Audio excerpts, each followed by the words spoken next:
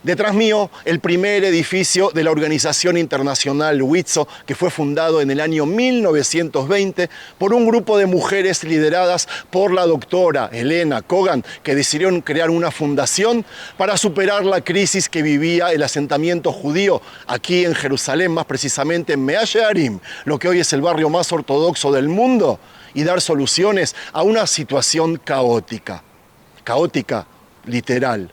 Resultó ser que los hombres de este barrio fueron reclutados al ejército otomano para combatir en la Primera Guerra Mundial, y las mujeres, al no saber lo que hacer, al no tener cómo hacer, decidieron dedicarse a la prostitución. Con esto vino un fenómeno aún peor.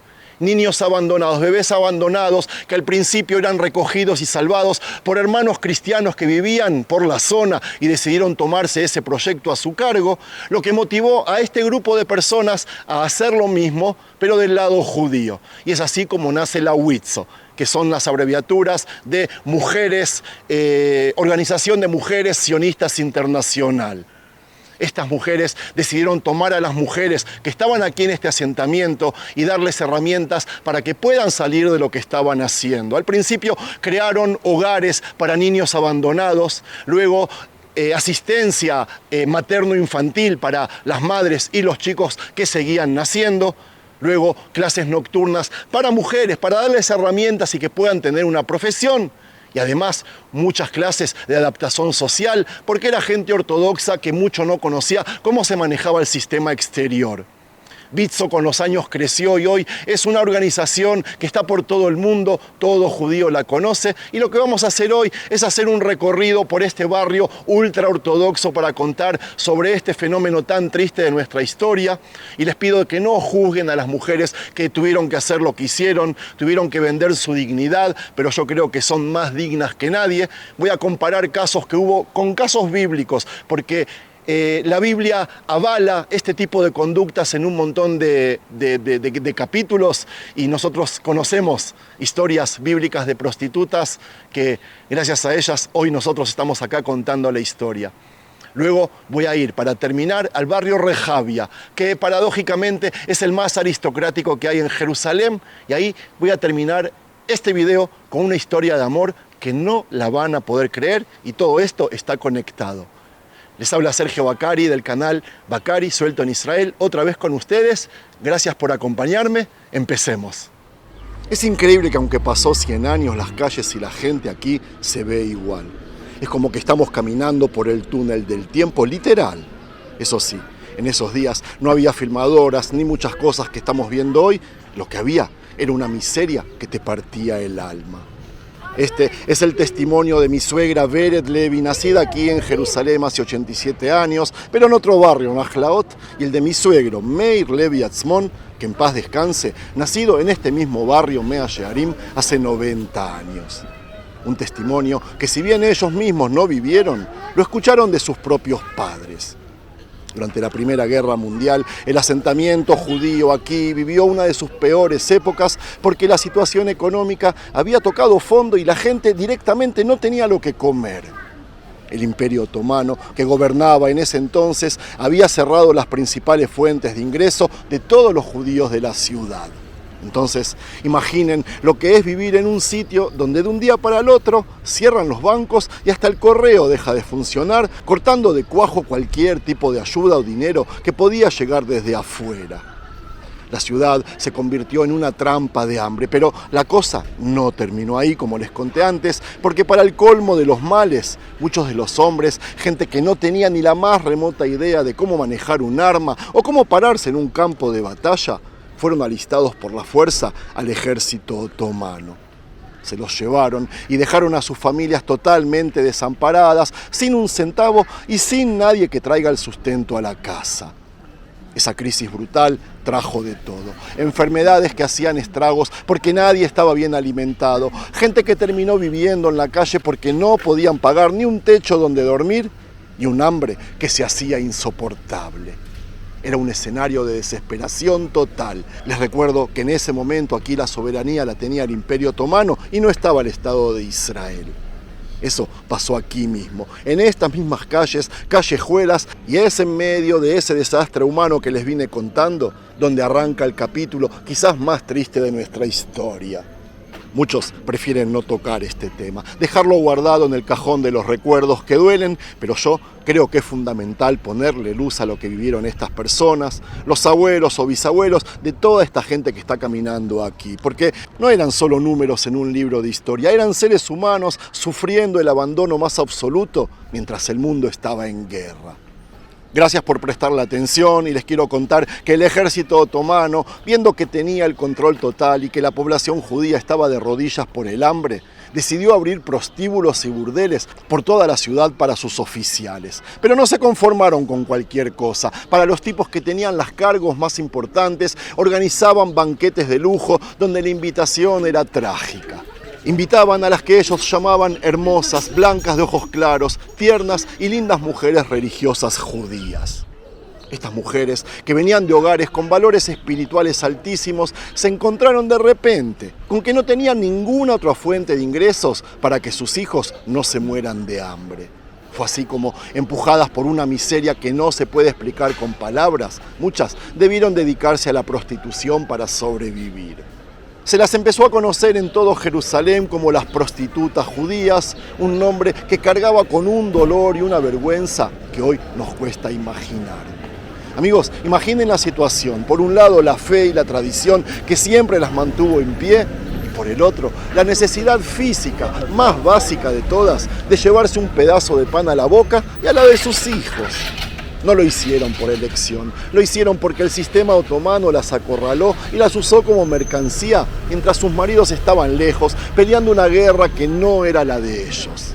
Esto duraría años porque muchos de los hombres no regresaron de la guerra, y les quiero contar que cuando los británicos entraron aquí a Palestina al final de la Primera Guerra Mundial en 1917, las cosas estuvieron lejos de mejorar. Es más, se pusieron peor en este aspecto.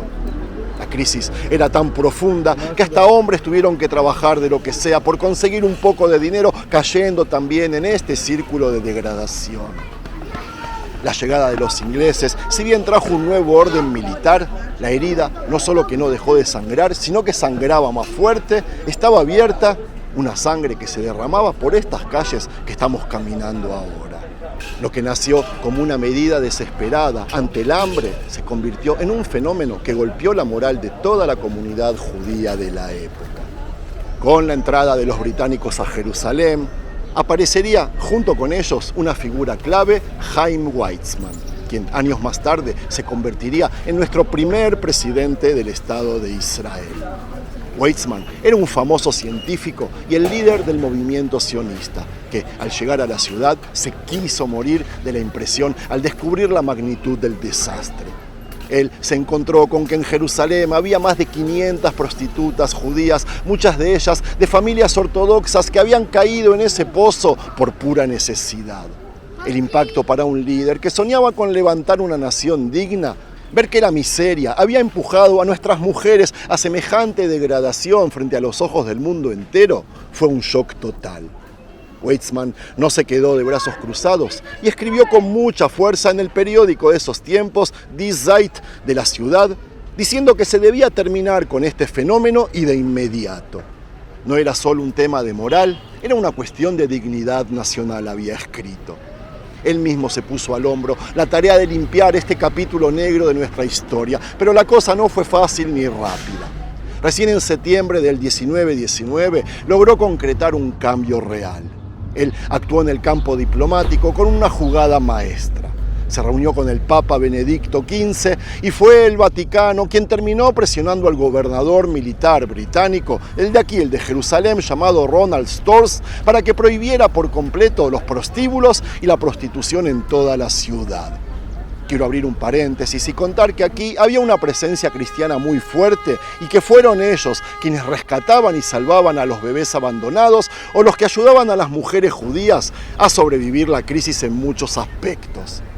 Tanto la organización Hadassah como la organización Witzo de mujeres nacieron para que nosotros mismos cuidemos de nuestros hijos y no los hermanos cristianos. Pero volvamos a Weizmann. Él sabía que con prohibir no alcanzaba, porque esas mujeres seguían teniendo hambre. Por eso, en el terreno social, pidió que la Fundación Hadassah adoptara a todas aquellas mujeres. No se trataba de castigarlas, sino de rescatarlas.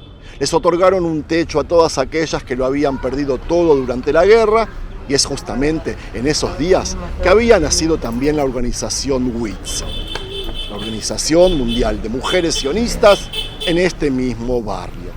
Mientras la organización Hadassah se encargaba de la urgencia médica, las mujeres de WITSO entendieron que para que estas sobrevivientes no volvieran a caer en la miseria, necesitaban herramientas reales. Se enfocaron en la educación y la capacitación, creando una red de contención que transformó a víctimas de la guerra en mujeres productivas y orgullosas de la identidad que tenían.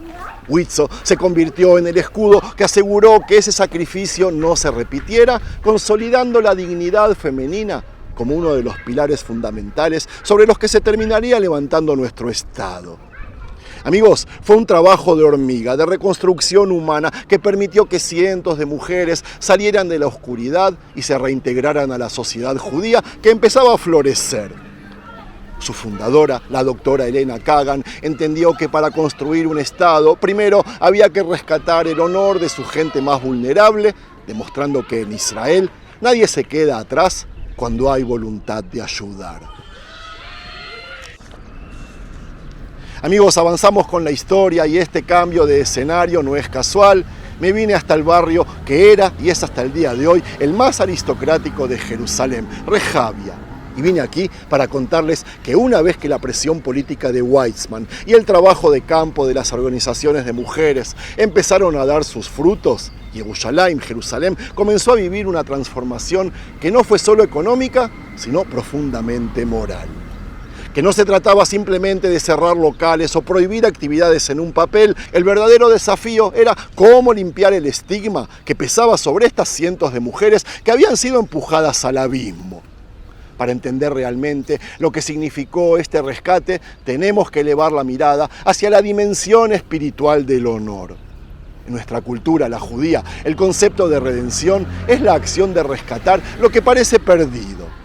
Para que estas mujeres pudieran volver a caminar con la frente en alto, entonces la sociedad tuvo que recordar que el valor de una persona no se destruye por las circunstancias de una guerra, sino que permanece intacto.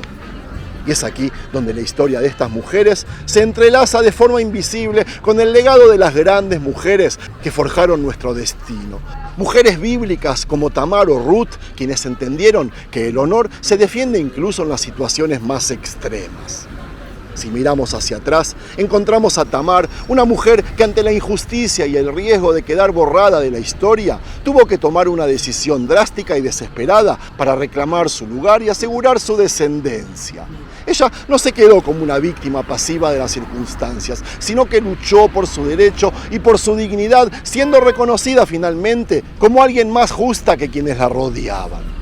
Las hijas de Lot, ¿se acuerdan?, sufrieron algo similar. Rahab, la ramera, se transformaría en la madre de muchos de nuestros profetas. O sin hablar de prostitución, pensemos en Ruth, que en medio de la viudez, el hambre y el desamparo, en una tierra extraña, esta de Israel, ella decidió que la lealtad y el honor estaban por encima de su propia comodidad.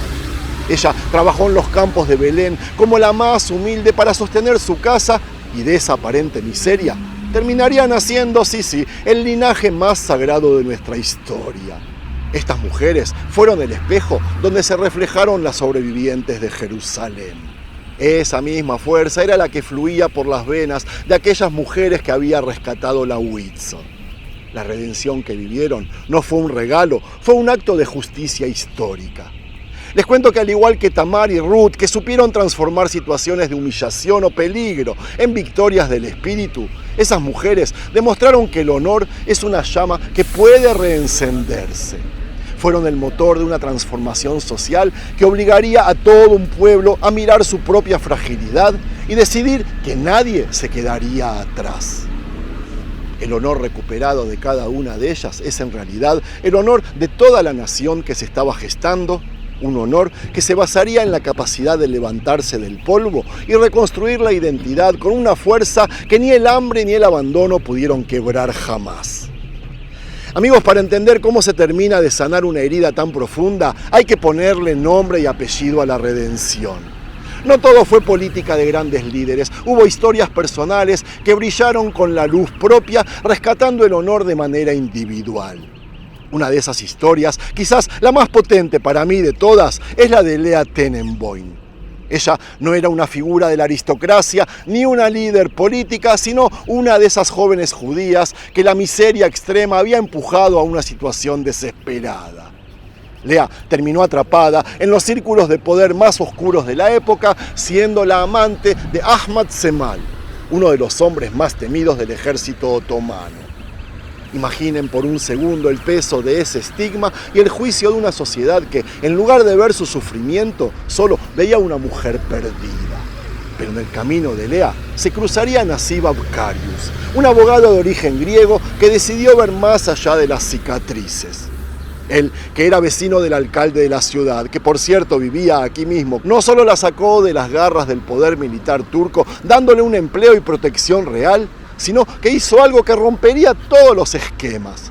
Se enamoró profundamente de ella y la convirtió en su esposa. Como prueba de ese amor y de la redención de Lea ante los ojos del mundo, mandó a construir una mansión impresionante que hoy se levanta como un símbolo de victoria sobre el desprecio.